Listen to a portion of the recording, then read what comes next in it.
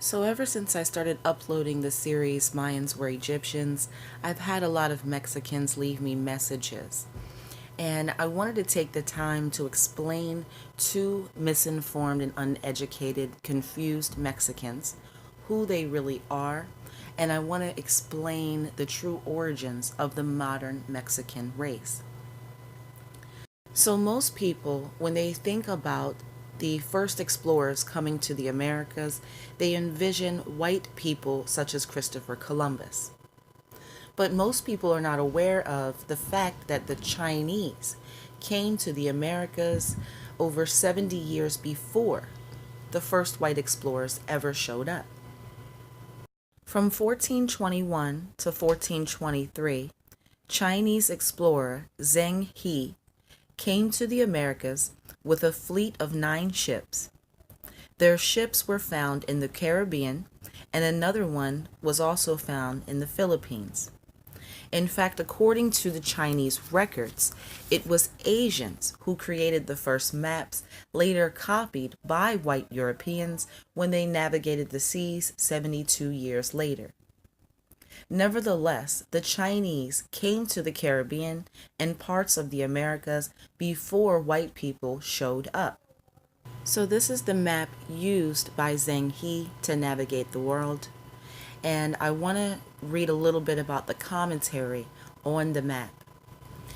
He actually recorded the color of the people that were located in the Americas and in Australia.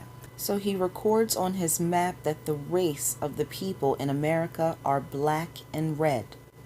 He also records that the Aborigine people of Australia are black as well. So this paints a completely different picture than what we typically think of when we think of the first explorers arriving in the Americas. It's important to note that the Chinese people who came 600 years ago were all men. So they mingled with the indigenous black women, creating offspring in Mexico that have the male DNA of Chinese men and the female DNA of the indigenous black women. So in the 1800s, there were more waves of Chinese immigrants, hundreds of thousands of them settled in Cuba, thousands of them settled in Jamaica, Trinidad, Haiti, Dominican Republic. In Brazil, 2 million Brazilians now have Asian or Chinese DNA because of the Chinese settling in Brazil.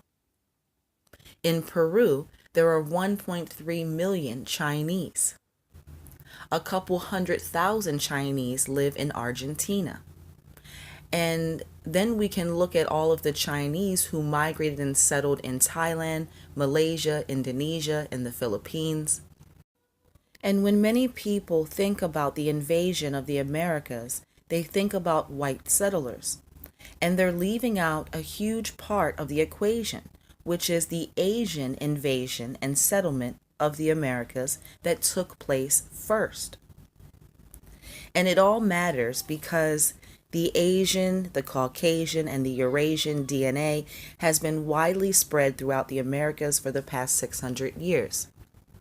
And now this Asian, Eurasian, and Caucasian DNA, even though we know that they come from Neanderthals, now they are all classified as the indigenous people of the Americas. So genetically, Mexicans are Chinese, and the so-called Native Americans of North America are actually Chinese and European, or basically what we would call Eurasian. And you'll notice that no matter where they are in North America, South America, the Caribbean, they all claim to be the indigenous people of the land, even though their DNA proves that they're European and Asian descent. So indigenous black Mexicans are still present in Mexico today, but they're not recognized as the indigenous people of the land. Instead, it is the yellow-skinned Chinese race that is recognized and classified as the indigenous people of the land.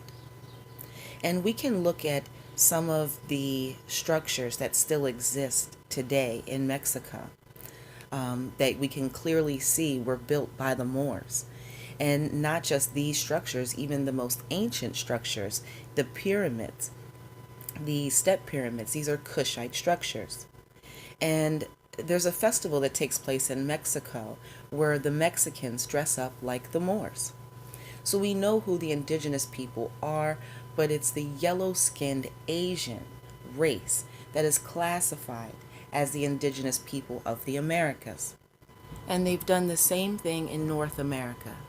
We can look at how black the natives of North America were just a few hundred years ago. But today, black people in America are not classified as indigenous people to the land. They're classified as slaves who came in slave ships. And it is the yellow-skinned Asian that is classified as the indigenous people of North America. And the Chinese or Asian race has done the very same thing that their Caucasian brothers have done, setting themselves up all around the world and then dividing themselves into different groups, different classifications, giving themselves different names in different territories, even speaking different languages. But genetically, these people are all related. So in conclusion, modern-day Mexicans are genetically Chinese.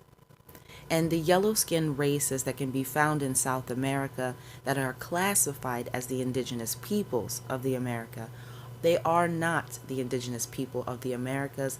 They are of Chinese descent, some of them being mixed with European and Chinese being Eurasian. And in order for black people to understand the totality of what has happened to them, they have to understand that it's not just about what white people have done to them. This is about what the white or the Caucasian, the Eurasian, and the Asian races collectively have done to black people all over the world. They have grafted themselves in, setting themselves up in our kingdoms, and then they try to erase all evidence of our existence. And then they rewrite history, classifying themselves as the indigenous people of the lands that they have invaded. And at the end of the day, the DNA doesn't lie. We know that the white races and the Asiatic races are Neanderthals. So the DNA proves that they are not indigenous to any land upon the earth because they come from the caves.